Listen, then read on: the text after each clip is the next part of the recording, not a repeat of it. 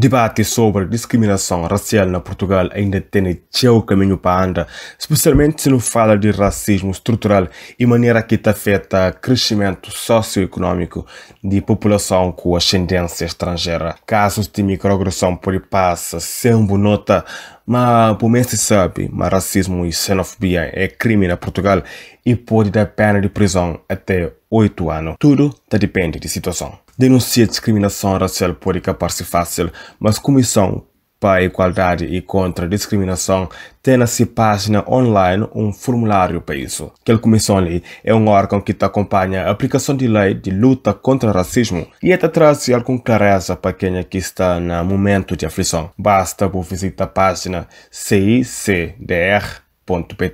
cicdr.pt. Tem também outras maneiras de denúncia. Você pode fazer pessoalmente ou pode mandar carta para a comissão da conta tudo o que passa. Morada é Rua Álvaro Coutinho, número 14, Lisboa. Ainda na final de ano passado, um grupo de especialistas de Nações Unidas denuncia racismo sistêmico que ainda está na Portugal, especialmente na situação de violência policial. Aquele grupo ali flama ainda a identidade nacional está demasiado ligado com o passado colonial.